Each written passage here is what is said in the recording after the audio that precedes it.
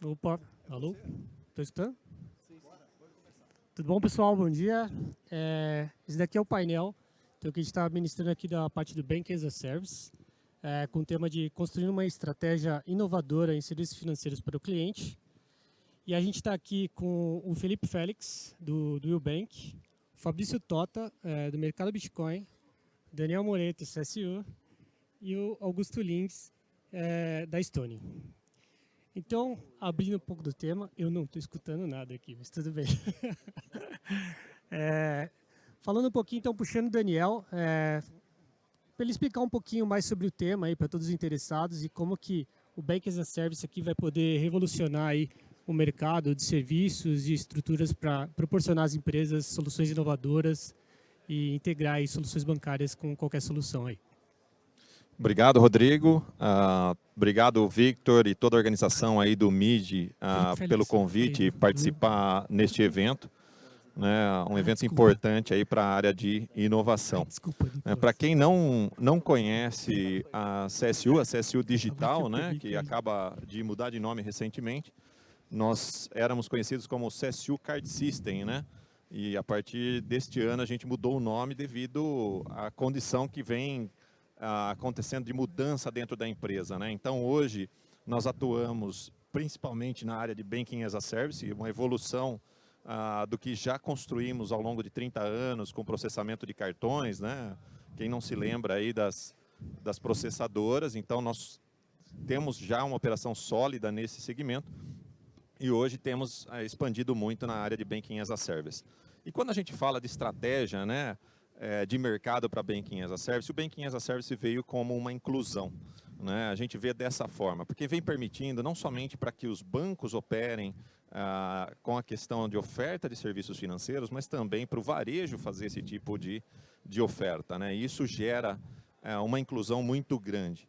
Uma inclusão e também uma evolução. A gente vê aí, quem tiver a oportunidade de passar depois ali no stand da CSU, a gente está lá no térreo com um stand, onde, para quem não teve a oportunidade ainda de utilizar Amazon Go, que é uma das lojas mais conhecidas dos Estados Unidos, que você entra, você não tem aquela fricção para fazer uma compra, você pode fazer isso através de um produto da CSU chamado CSU Wallet, que faz parte do Banking as a Service. Então você vai entrar lá na nossa lojinha, lá no stand, para testar um pouquinho disso. É pegar um produto, você não precisa utilizar de um QR Code, você não precisa utilizar de um meio de pagamento, passar por um caixa, nem nada disso. Então você passar por ali e simplesmente pegar um produto e na saída da loja já ter isso descontado do valor da sua conta digital. Então, a CSU vem se posicionando e trazendo esses produtos para o mercado realmente para auxiliar empresas do varejo, que não é a sua finalidade, O varejo não tem essa finalidade de estar evoluindo exatamente com tecnologias do mercado financeiro, então a CSU ela vem para proporcionar essa velocidade, Então, não é o investimento, eu diria, acaba sendo muito mais rápido para a empresa do varejo. Isso acaba acontecendo, então, hoje, a gente vê a grande evolução desse novo produto, fazendo com que quem nunca passou por um supermercado e passou pelo momento, pela experiência de ser ofertado um cartão da loja, o cartão do supermercado, a gente vê até hoje isso. Então, isso é uma evolução que lá no futuro vem chegando aí. Então, o Banking as a Service, no nosso ponto de vista, vem incluindo empresas que não faziam parte do mercado financeiro, trazendo também esse conceito e trazendo essa jornada para dentro de casa. E nós estamos aí com a CSU fazendo esse papel, o papel de inclusão para essas empresas que precisam de tecnologia para isso. Boa. Eu queria perguntar um pouquinho para o Fabrício, até com empresas que são um pouco começarem com negócios com a parte justamente atuando no setor de criptoativos e como que estão evoluindo essas soluções para integrar com soluções de Banking as a Service e as novas soluções para o mercado. Muito bom. Bom, obrigado pelo convite. É um prazer estar aqui falando um pouquinho num painel de Open Banking, falar um pouquinho sobre cripto também e como o universo dos criptoativos se relaciona com o universo banking. Acho que aqui acho que ao longo desse nosso painel, acho que eu vou falar 2 pontos de vista de uma empresa cripto e como ela se relaciona. Primeiro, como ela se integra, Acho que o mundo cripto, ele tem uma série de características. Ele é global, ele é descentralizado, ele é incensurável, ele tem uma série de características que ele foi construído para ser desta forma, né? Mas, contudo, os provedores de serviço, eles inevitavelmente eles têm que se relacionar com, vamos dizer assim, com o mundo como a gente conhece, com bancos, com outros sistemas financeiros, essa interoperabilidade que é um super desafio dentro do universo cripto, também é um desafio, né? E um desafio, talvez a palavra não seja nem desafio, seja ainda um pouco pior do que isso, é realmente difícil porque a fricção é muito grande. O mercado Bitcoin, empresa da qual eu sou diretor, a gente tem uma jornada desde 2013 de idas e vindas, de bons e maus momentos com o mundo financeiro, com o status quo, vamos dizer assim. A gente vê Open Banking, nós como clientes de alguma forma, né, como uma super oportunidade para a gente conseguir cortar caminhos e fazer com que a fricção entre o sistema financeiro e o universo cripto ela seja cada vez menor. Né? Acho que projetando um pouco algo que pode acontecer dentro de alguns anos, né? Você simplesmente vai estar usando, por exemplo, uma solução como a que o Daniel colocou da CSU e que você mal sabe se você está usando cripto ou não. Né? Os serviços eles vão estar tão integrados por soluções que nós aqui, que as empresas irão construir utilizando ora o sistema financeiro tradicional, ora o universo cripto, de modo que no final do dia o que vai o grande impacto disso vai ser o impacto de conveniência para o usuário final. Né? A gente usa uma abordagem do cliente sempre estar alocado e sempre ter a liberdade de transitar entre os ativos que ele deseja. Eu não sei se ele quer ter reais ou dólares tokenizados ou algum outro ativo investido, ou Bitcoin ou Ether, para mim não importa muito. Mas quando a gente pensa na interação que ele faz, seja no varejo, seja no comércio, ou seja como oportunidade de investimento, ou seja numa transação que ele faz com qualquer outra pessoa, um indivíduo mesmo, que isso tenha a menor fricção possível e que esses dois mundos estejam integrados, né? Então, para nós do mercado Bitcoin, que hoje a nossa principal atividade é de ser uma exchange. O que é uma exchange? Explicando um pouquinho melhor. Um grande marketplace, é um lugar onde você troca reais por ativos digitais por reais, e a gente faz um FII em cima disso. Extremamente simples. O complexo é o que tem no entorno disso, né? Como guardar um ativo digital, por exemplo. E quando eu falo ativo digital, pense em Bitcoin, Ethereum e as mais de 20 mil moedas que existem por aí, mais ativos tokenizados e por aí vai. Né? Então, quando a gente pensa na evolução da exchange, o que é a exchange do futuro? Né? Simplesmente dar exposição para alguém em criptoativos já é uma notícia antiga. Né? Hoje você tem sem número de outros participantes, né? Você tem fundos negociados em bolsa, você tem empresas como Mercado Pago, como o próprio Nubank, como PicPay, que permitem que você tenha a exposição aos ativos, mas ainda não permitem que você tenha a real utilidade desses ativos, que você transite com esses ativos entre carteira, entre pessoas, entre negócios. Né? Então, para a gente, acho que é uma primeira abordagem nossa, sem dúvida, do Open Banking, ser essa oportunidade, essa possibilidade, é mais uma peça desse Lego para a gente construir soluções com a menor fricção possível, com a melhor experiência possível para o usuário final. Muito legal. E Augusto, falando um pouco da Stone, que ela é bem conhecida com a parte do segmento de pagamentos, então começou bem forte com as maquininhas e todo o time de vendas lá. Como que vocês estão se preparando aí para todos esses novos serviços que vocês podem proporcionar aí com a Stone nos próximos anos? Muito legal. Obrigado pelo convite mais uma vez. A gente está vivendo uma era em que o cliente está empoderado. Nós, como consumidores, estamos muito empoderados. A gente compra onde a gente quiser, a hora que a gente quiser, como a gente quiser, paga do jeito que a gente quiser, online, no mundo físico, experiência híbrida. Então, as empresas, os comércios, os varejistas, eles estão muito agora focados em entender qual é a jornada e qual é a experiência que ele tem que dar para os seus clientes para poder atrair cliente, fidelizar cliente, reter cliente. Então, eu acho que o comércio se deu conta que pagamento é parte integrante da experiência de compra e uma das mais importantes. Não adianta nada você ter um belo site, escolher o produto e ir lá para o carrinho de compra, na hora de pagar, tem que digitar o nome do pai, da mãe, o tipo de carro, o telefone, o cartão, errou um dígito, volta para tudo, ou seja, pagamento virou branding. Então, está todo mundo atento a essa fricção. E mais do que isso, pagamento é um produto financeiro. Então, o Banking as a Service, ele não é só banking, né? Ele é toda a atividade financeira, e aí nós estamos falando desde uma conta, um investimento, compra de Bitcoin, seguros, uma quantidade importante que agora permite ao varejista, ao comerciante, às diversas empresas, deixar de ser uma empresa transacional, você vai na loja, faz uma transação, para ser uma coisa mais relacional. Então, eu entendo que o Banking as a Service permite às diversas empresas entrar nesse mercado, e a Stone é uma de provedoras de serviço dessa natureza. Né? Para quem não conhece, a Stone nasceu como uma empresa de maquininha, hoje é uma verdadeira plataforma integrada de produtos de gestão e produtos de pagamento. Então, com a visão de ajudar as empresas a vender mais, a gerir melhor o seu negócio e a crescer.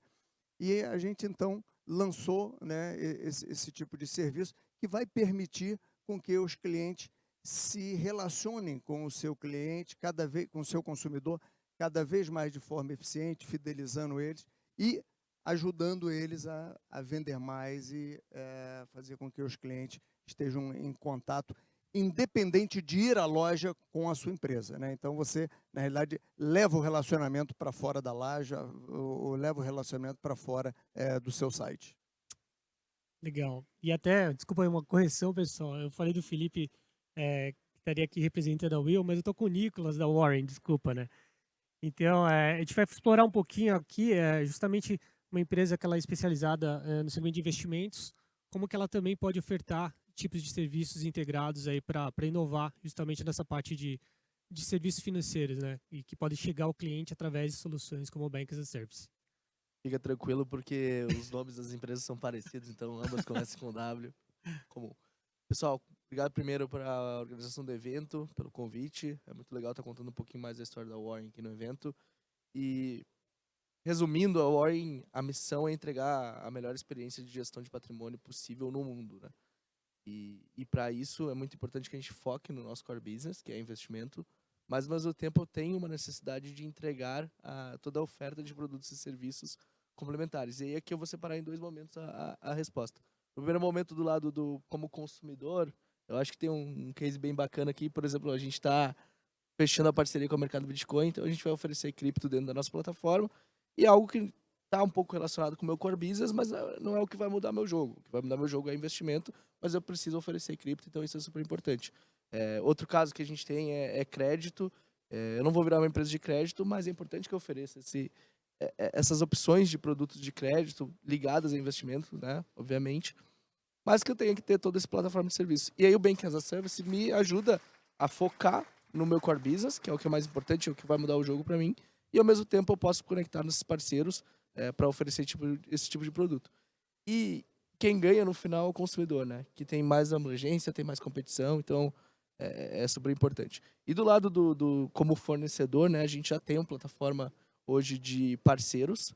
Hoje ela roda com um formato mais de white label, então a gente atende consultores CVMs, a gente atende gestoras, a gente atende planejadores financeiros que plugam a gente no modelo B2B, né? Então, eles oferecem investimentos pela plataforma da Warren. E um projeto muito bacana que a gente brinca um pouco com o nome do Banking as a Service, a gente chama de Investment as a Service, que é oferecer toda essa jornada, essa experiência, para que também outros players, né, de tecnologia ou do mercado financeiro possam consumir nossos serviços, usar nossa inteligência e oferecer investimento, que, de novo, é o nosso core business dentro das plataformas deles. Então, é um pouco da forma como a gente vê essas, tanto do ponto de vista do consumidor, né, quanto do ponto de vista do fornecedor. Se eu puder complementar, na verdade não é Open Banking, é Open Finance. Porque é Open Investment, é Open Insurance, é Open Banking, é Open Pagamento, enfim, são todos os serviços financeiros que agora, graças à tecnologia, podem ser disponibilizados numa indústria, né, que é muito regulada. Então, o Open Banking ele permite que pessoas que queiram disponibilizar e oferecer os serviços que são regulados pelo Banco Central, que tem uma questão muito importante de regra de proteção à fraude, preocupações de lavagem com dinheiro, identificação dos seus clientes. Com o Open Finance, com o Open Banking, você consegue disponibilizar esse tipo de serviço de uma forma simples, de uma forma rápida e com baixo custo. Acho que, se eu puder pegar esse gancho, é um desafio também quando a gente pensa em cripto nesse ambiente, porque cripto é uma coisa que nasce aberto, nasce livre, né? Então, fala, poxa, como que eu utilizo um determinado serviço? Cara, entra lá no protocolo, tem a especificação, vai lá e faz o que você tem que fazer.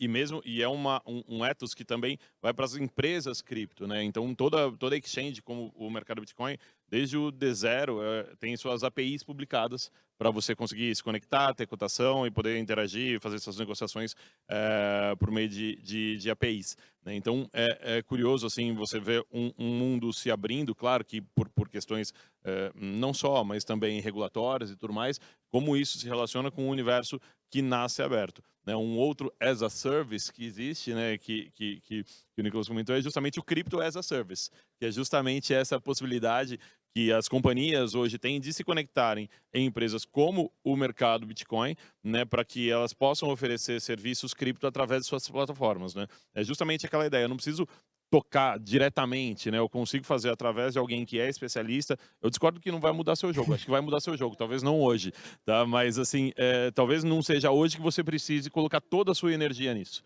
Né? Quanto a isso, eu concordo. Né? Mas que uma plataforma como o MB, ele pode se colocar como falar, cara, você quer oferecer o que para o seu cliente? Você quer oferecer exposição em criptoativos, transferência de ativos, recepção de ativos, cripto, pay by crypto, ou então staking, enfim, um sem número de outras possibilidades que você tem, mas que você não queira tocar diretamente, você não precise tocar diretamente.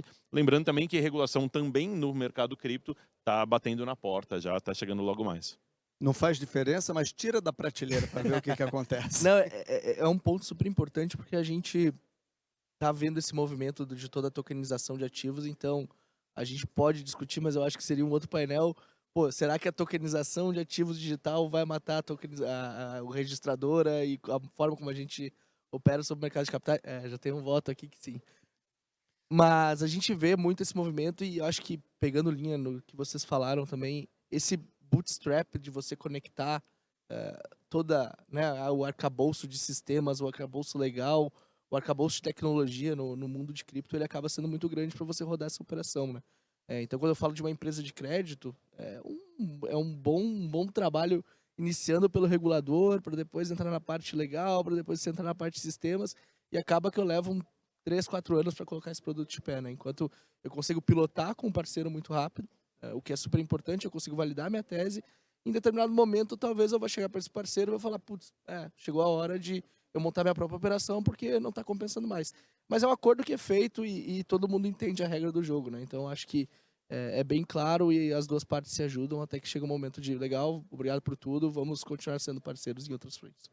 Agora, é importante lembrar que tudo isso acontece porque nós estamos vivendo um momento estrutural de mudança da nossa sociedade. Nós estamos mais digitais, a sociedade está ficando mais digital. Nós todos utilizamos os nossos computadores, os nossos celulares, nós temos várias telas, estamos conectados em várias telas ao mesmo tempo, e o que a gente está vivendo, e acho que a pandemia acelerou esse processo. Durante a pandemia, a quantidade de gente que se digitalizou é enorme. Se você pegar, nós tivemos que aprender a pagar contas sem ir a banco, tivemos que aprender a comprar sem sair de casa.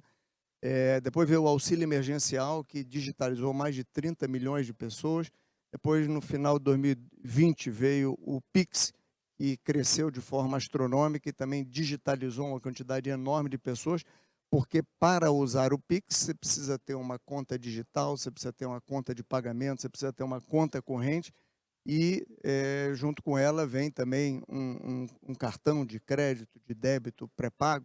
Ou seja, a nossa sociedade está vivendo um momento de transformação onde as pessoas estão vivendo um momento de inclusão digital, um momento de inclusão financeira, um momento de inclusão social na sequência, Isso é que está permitindo, então, crescer o interesse, crescer os conhecimentos para fazer mais transações através da internet, através dos aplicativos e também do mundo cripto. Eu acho que vale também destacar aqui todo o esforço que o regulador tem feito nessas frentes, né? Tanto com a agenda BC Plus, quanto com a agenda BC hashtag, né? BC hashtag, que possibilitou, por exemplo, o projeto Pix, possibilitou o projeto do Open Banking, avançou nas regulações de Banking as a Service. Provavelmente se a gente estivesse falando nesse painel há 5 anos atrás sobre vou plugar uma outra empresa de crédito para originar uma operação de crédito, provavelmente o regulador ia falar, como assim? Peraí, você não é uma empresa de crédito, você não pode dar crédito. Então, o regulador vale aqui o destaque, tem feito esse movimento para deixar, né, aumentar a competição, que, de novo, é ótimo para o consumidor. Ele consegue consumir os mesmos serviços que talvez ele estava lá concentrado em um grande banco, ele consegue dispersar mais e desfragmentar também o mercado, que é super importante. Não, legal. Acho que até um bom ponto de falar, um evento de inovação é mostrar isso. Acho que a gente está num período de mudança, é um período onde está fugindo daquela centralização de grandes bancos ofertando serviços. Então, antigamente, você tinha que ser um negócio, tinha que recorrer a um grande banco para extrair um serviço. E hoje em dia, você pode estender qualquer tipo de negócio, operações financeiras ou ofertar serviços diretamente das suas plataformas.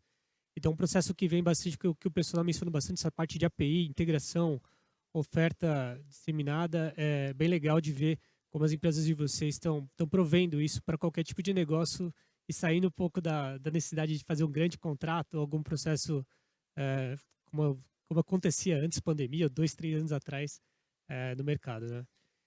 Então aí, Daniel, da CSU, acho que justamente falando, vocês provêm muito essa parte de serviços bancários para empresas, e então fala um pouquinho do que poderia ser acessível a qualquer empresa que está no evento.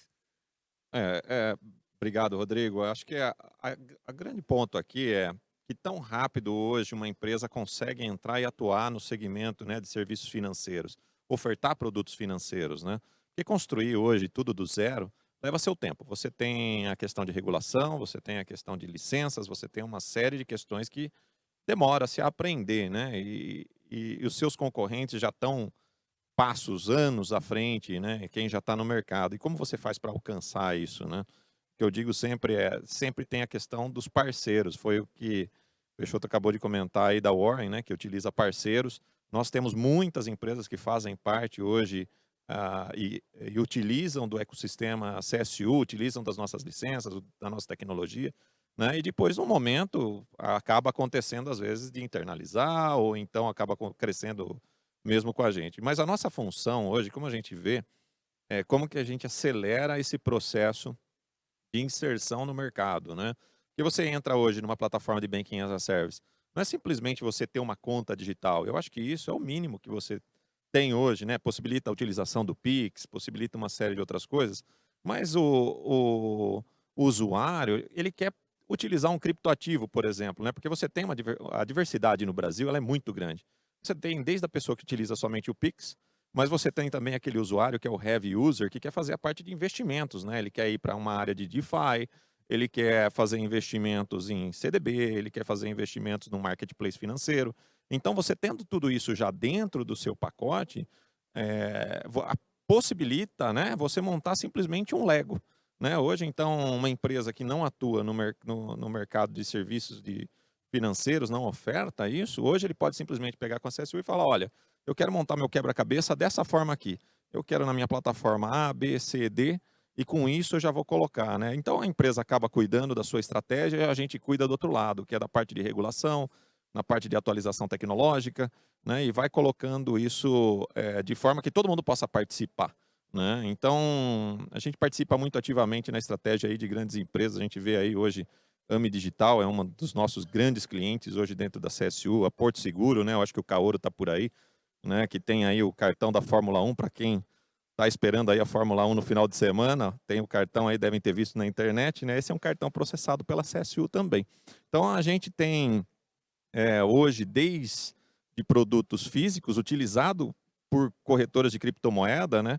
Até me antecipo aqui, a gente está com o nosso moderador aí, que representa uma das empresas que é cliente nossa e está também utilizando, né, essa questão de API hoje, funciona muito bem, acelera o processo hoje, eu diria, de avanço tecnológico para as empresas, né?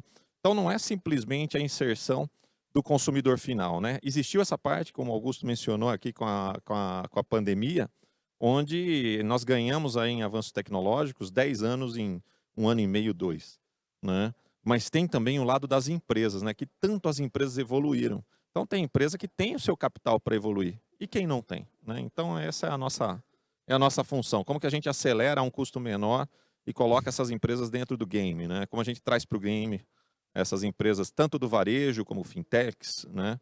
E aí, utilizando aí de grandes parceiros. Legal. E Fabrício, posso puxar para você?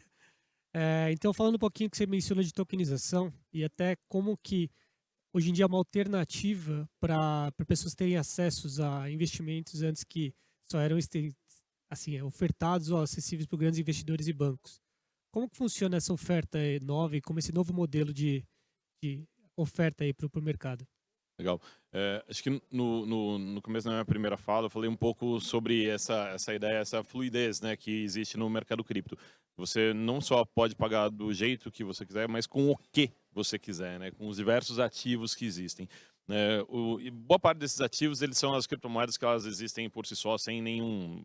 O nome não é o melhor possível, mas para entendimento é o melhor, sem ter nenhum lastro, né? Significa que elas não representam nada que não seja elas próprias. O Bitcoin é o melhor exemplo disso, né? Contudo, o universo cripto ele permite que você utilize algumas plataformas para criar o que a gente chama de tokenização, que é a criação de representações digitais em redes distribuídas, né, de ativos reais. O mercado Bitcoin ele foi pioneiro aqui no Brasil na tokenização. A gente começou com tokenização de precatórios, depois de cotas de consórcio, também tokenizamos fluxo de recebíveis, também tokenizamos alguns ativos relacionados a real estate e também ao futebol, né? Então é justamente essa ideia de você conseguir criar essa representação em blockchain com toda a segurança e transparência que esse conjunto de tecnologias trazem, para você conseguir criar essas representações, né, de ativos que antes não estavam ao alcance de investidores comuns. Acho que um exemplo que eu gosto bastante são as cotas de consórcio. A gente está acostumado com cota de consórcio quando você compra cota de consórcio para comprar algum bem lá no final. Existe um mercado super ativo, muito significativo, que são as cotas que elas são abandonadas no meio do caminho, né? Mais ou menos quase 50% das cotas de consórcio elas não vão até o final. O consorciado não segue até o final do processo para ter o bem. E fica com uma cota meio que empatada ali, né? Então ele tem que esperar o final a conclusão do grupo ali dele para ele poder ter o residual ali do valor que ele chegou a pagar. O que existe é um mercado que uma asset, por exemplo, ela compra essas cotas com desconto, faz a tokenização e distribui, faz a venda desse ativo para o investidor final. O investidor ele vai ficar com uma parte desse deságio que essa asset comprou o ativo, mais a correção dessa cota até o final do grupo. Você tem desde operações de curto prazo, né, 5, 6 meses, que você consegue fazer esse resgate, até cotas que elas aguardam a contemplação, e são operações que podem chegar até 30, 36 meses, né? Então são ativos que a gente considera, estão na classe dos ativos alternativos, são ativos que você não vai encontrar numa plataforma de investimentos comum, mas que por meio da tokenização você consegue criar uma estrutura robusta e segura para que o investidor consiga acessar esse ativo e ter um rendimento, uma rentabilidade significativamente acima do que ele encontra em ativos de risco similar no mercado tradicional, né? Então a tokenização é a forma de você conseguir criar esses novos ativos, né, a partir tipicamente de ativos maiores, né, mais inacessíveis e que eventualmente tem até alguma complexidade, como por exemplo o nosso primeiro case, que foram os precatórios. Você vai comprar um precatório, cara, a diligência que você vai ter que fazer nesse ativo não está acessível para um cara com um ticket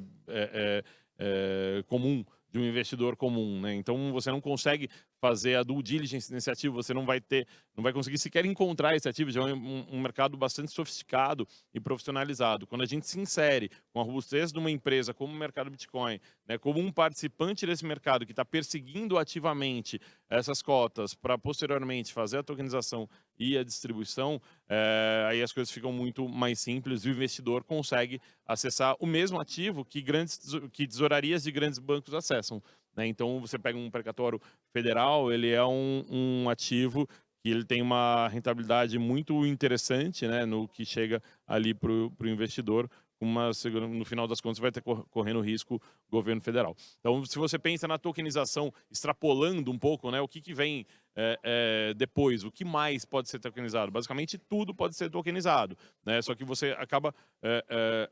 o que a gente faz no mercado Bitcoin é algo que a gente batizou de non-security token, né? Isso lá fora, principalmente, o que se faz muito é o security token, que é justamente security valor mobiliário, né? A tokenização de valores mobiliários. Valores mobiliários aqui no Brasil, regido pela CVM, né? Algo super regulado, né? Na ausência de regulação específica para tokenização de valores imobiliários, a gente falou o que não é valor imobiliário. A gente tem nossas teses, como de consórcio, precatórios, mecanismo de solidariedade da FIFA, que não são valores imobiliários, e a gente faz a tokenização e oferece isso como produto de investimento. Mas como muitas coisas do universo cripto, chega uma hora que você se aproxima muito da regulação e a zona cinza ela vai escurecendo demais. Então, a regulação e o diálogo com os reguladores, né, nesse caso específico, o CVM, mas também Banco Central, é fundamental para que a inovação ela consiga continuar progredindo, continuar avançando, mas sem ferir nenhum aspecto regulatório, que é uma coisa que a gente briga muito, né, por uma regulação que seja pró-inovação aqui no Brasil. Legal. Da mesma forma que você comentou aqui as aplicações do cripto e da tokenização, eu acho que no caso de Banking as a Service tem aplicações muito simples e toda empresa pode se beneficiar. A gente tem visto que as empresas estão criando e participando de marketplace, cada vez mais as empresas estão criando seus próprios aplicativos, seus próprios programas de fidelidade e, de forma muito simples hoje, é possível você desenhar campanhas que deem cashback, que deem incentivos, que fidelizem os seus clientes, que peguem o seu aplicativo de fidelidade, o seu aplicativo de venda e coloque ali dentro uma conta. Uma conta para quê? Para você dar cashback nessa conta, para o cliente baixar a conta, para você fazer campanhas com essa conta. Então, acho que o Banking as a Service, ele surge como uma alternativa de fácil implantação, não só para fazer banking, né? Não, é para você trabalhar ali, fazer campanhas, fazer oferta, trabalhar com o cliente, fidelizar o cliente de uma forma muito simples, muito rápida e muito econômica, sem ter que ficar pensando, poxa, agora eu vou ser regulado pelo Banco Central. Então, eu acho que, Daniel, nós temos lá na Stone vários clientes nas quais a gente faz a solução de pagamento, quer seja no mundo digital, quer seja no mundo físico, mas também dentro dos aplicativos, né? Então, você faz a função do produto financeiro, o termo técnico é embedded. Então, você pega uma aplicação e fala, bom, ali dentro eu vou ter uma pequena conta, eu vou ter uma wallet, vou ter alguma funcionalidade financeira que vai permitir, na jornada do cliente,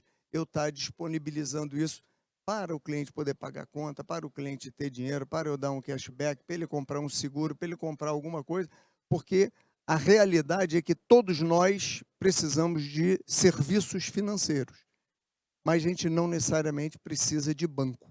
Então, o Banking as a Service surge como essa alternativa para estar disponibilizando e criando serviços financeiros que as nossas empresas podem distribuir para o consumidor. Aproveitar aqui a deixa do Augusto, né? Porque o que a gente vê muito hoje, quando uma empresa está buscando um ecossistema, né, de Banking as a Service, é exatamente isso que o Augusto mencionou. É como reter o consumidor dentro do seu ecossistema. Fazer com que ele retorne, né, e continue gerando aquela receita recorrente, né? Então, desde programas de fidelidade, como que ele não sai de dentro do seu ecossistema e ele continua fazendo investimentos, ele continua fazendo as suas compras, ele continua investindo numa previdência privada ou num seguro, né? Então, o Banking as a Service ele vem para isso. É para auxiliar com que as empresas possam ter essa recorrência e o consumidor se mantenha mais tempo dentro do próprio ecossistema, né? Não é simplesmente você falar, olha, hoje eu vou virar um banco. Não é bem isso. A gente vê hoje né? Tem banco, a gente vê aí os casos, o Banco Inter, que hoje faz até delivery, né? Lá em Minas. Então, o que acontece é, existe uma evolução muito grande de manter, né, um desafio muito grande de manter esse consumidor dentro do seu ecossistema. Se ele for para outro, ele se interessar por aquele, provavelmente ele não volta mais para o seu. Se ele tem tudo já dentro daquilo que você oferece, né, ele acaba se mantendo ali por mais tempo e gerando essa recorrência. Então, eu acho que o Banking as a Service ele vem mais para isso, para o lado, o olhar da empresa, né, que está entrando nesse segmento, ele vem sempre pensando como que eu faço, eu exploro mais e oferto mais serviços, incluo mais produtos dentro da minha oferta e retenho esse consumidor dentro do ecossistema, né? Eu acho que esse é o ponto mais importante. Como gerar essa recorrência, né? Acho que, completando o que você falou, Daniel, não necessariamente essa oferta ela precisa ser o fim, ela pode ser o meio, né? Então, falando um pouco do nosso caso, a gente vê muito desses produtos como esse produto, né, na jornada, que é tão importante a jornada, o ciclo de vida do cliente. Talvez ali não vai ser a minha operação mais rentável, mas eu mantenho o cliente aqui, eu oferto toda uma plataforma completa para ele e foco onde eu quero focar, que é onde é realmente meu core business, meu diferencial. Então a gente vê durante essa jornada que é importante você reter o cliente, como você falou, a recorrência é importante você trazer esse serviço, é importante você oferecer a experiência para ele, porque em algum momento ele vai testar algo em outro lugar, ele vai achar bom e ele vai pelo menos testar mais coisas lá. Então, a gente tenta cada vez mais ir para essa jornada de oferecer a solução completa, manter o engajamento do cliente, manter ele conectado, oferecer todos esses serviços e com essa visão de, beleza, aqui eu aceito que seja o meio. Esse é o meu final. O meu final está na minha oferta de valor, na minha proposta de valor, que é bem claro. Eu acho que é importante a gente sempre olhar a jornada do consumidor, mas é importante olhar a jornada do empresário. Pessoal, aqui no Brasil, a vida do empreendedor é duríssima. Você pega um comércio, pega um negócio, qual é a vida normal? É chegar um monte de boleto que você tem que cadastrar no seu IRP, depois você tem que cadastrar no sistema do Internet Banking, aí na data do vencimento você vai lá no Internet Banking, paga o boleto, imprime uma cópia, grampeia no boleto, vai lá no IRP, dá baixa no boleto e depois manda isso para o contador. Então, dentro da Estônia, a gente acabou com esse processo. Então, tem o IRP de venda lá, você cadastra o boleto quando ele chega e na data do vencimento, dentro do IRP, já tem a conta. A conta que do Banking as a Service, você vai lá e fala, eu quero pagar esse, automaticamente, por API, o negócio vai para o contador. Ou seja, você tirou fricção, você tirou tempo que era gasto, e isso vai permitir que o empreendedor tenha mais tempo. Para quê? Para fazer o que é mais importante para ele, que é atender o cliente dele, pensar o negócio dele. Então, acho que o Banking as a Service ele também ajuda para trazer produtividade. Não, acho que até esse é o desafio para todo mundo que está aqui, é dar uma analisada do próprio negócio, que às vezes serviços bancários, o seu baixar o extrato para conciliar o pagamento, ver o que eu tenho que pagar de conta. Hoje em dia pode ser que tenha um serviço muito mais fácil e acessível por qualquer uma das empresas que estão aqui no palco para facilitar a sua vida e melhorar o seu negócio. E é eficiência operacional, recurso otimizado, e são todos esses recursos que eu acho que a gente desafia todo mundo que busca inovação a procurar esse tipo de serviço com essas empresas aqui. Gente, a gente está, acho que nos 10 minutos finais. Cada um quer fazer um fechamento aí? Não, obrigado. Bom, só para encerrar, pessoal, queria deixar aqui o convite, né? Foi ótima aqui a nossa conversa, mas deixar um convite para quem ainda não passou, dá uma passadinha ali no stand da CSU, conhecer. A gente está falando muito de frictionless, né?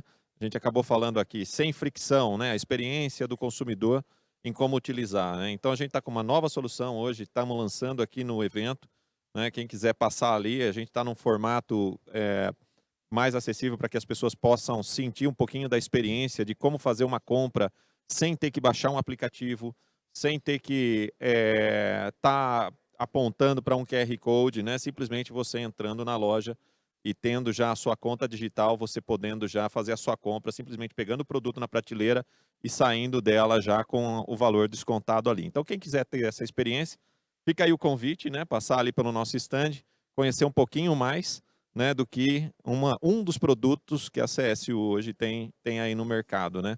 Aproveitem aí o evento. Eu queria fazer 2 comentários. Primeiro, nós estamos vivendo um momento de digitalização do consumidor. O Banco Central tem feito, acho que, um belíssimo trabalho de conduzir a nossa sociedade para um ambiente que é mais aberto, para um ambiente que é diferente do que era anteriormente, onde a indústria financeira era muito concentrada e muito verticalizada, e isso faz com que oportunidades surjam.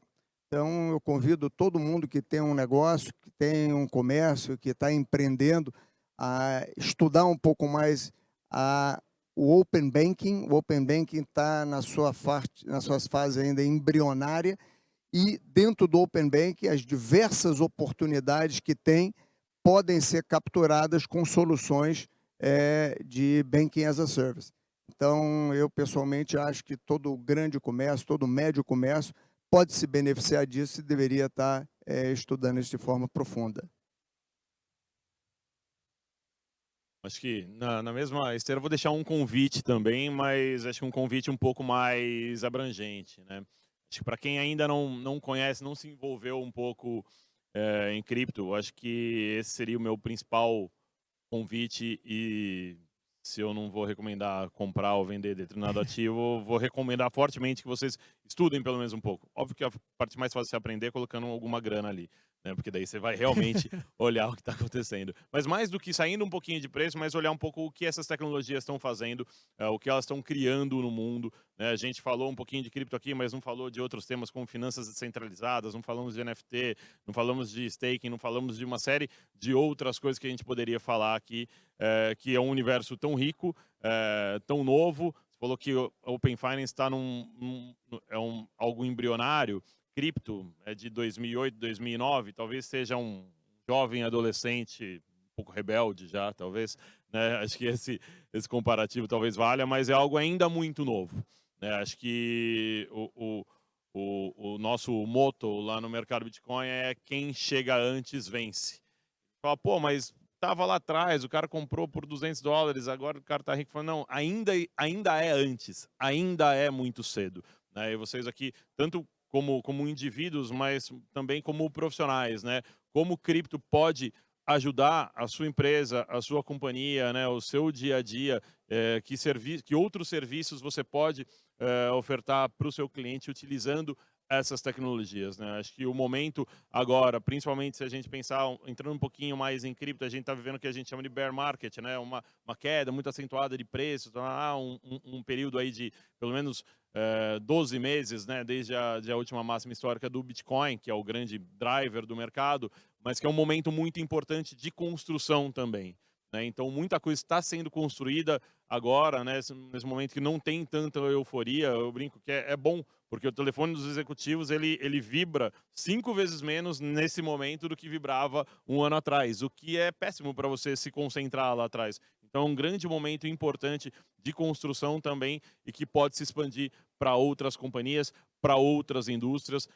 Citaram algumas vezes aqui o Banco Central, que é um grande apoiador da indústria cripto, ainda que ele não seja o regulador de fato, né? Ainda a regulação ainda não passou e ele não foi ainda apontado como regulador, mas ele meio sabe que vai cair lá. O Roberto Campos Neto é um dos grandes promotores do universo cripto, fala sempre de tokenização. O Banco Central também criando a sua própria moeda, né? A sua Central Bank Digital Currency, CBDC, né? Aqui no Brasil, o Brasil é um campo muito fértil e tem um contexto muito relevante de acesso à tecnologia, bons profissionais, boas empresas, cobertura de telecomunicações, né, que permitem com que o Brasil seja um dos grandes polos, né, um dos grandes, ainda não é um polo, vamos dizer assim, mas um dos grandes mercados potenciais para cripto no mundo todo.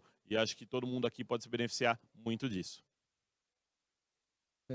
A gente fica muito feliz de ver eventos como esse, discutindo uma pauta super importante, que pode parecer que aqui a gente está falando de Banking as a Service, mas a gente está falando de diminuir a concentração bancária, aumentar a competição. Então, de novo, é muito legal ver esse evento, é muito legal ver essas agendas sendo discutidas mais amplamente.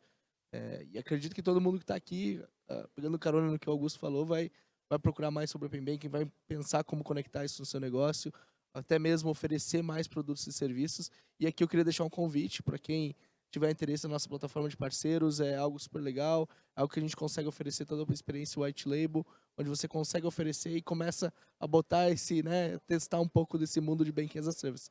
Então, para quem tiver interesse, e de novo, ressaltar a agenda do regulador, acho que muito desse painel aqui é provocado pelas reformas, essa agenda econômica dos últimos anos, de novo, né? A gente quer acabar uma palavra muito forte, mas diminuir a concentração bancária, e quem sai ganhando nesse final é o cliente.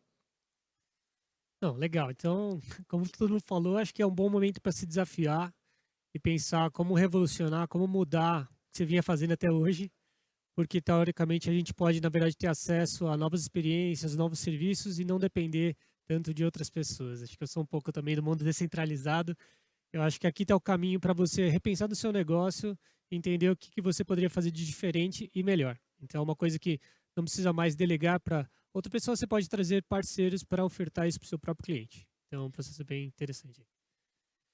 Tá bom, gente? Acho que eu agradeço a todos pelo painel, foi muito bom. Então, fica o convite então, para vocês conversarem, fazer network e conversar com todo mundo aqui. Obrigado, gente. Obrigado. Obrigado.